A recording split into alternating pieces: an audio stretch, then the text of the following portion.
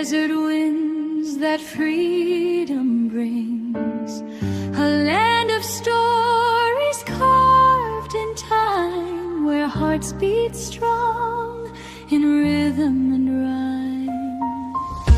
Love flows deep like rivers wide, through valleys where our dreams reside.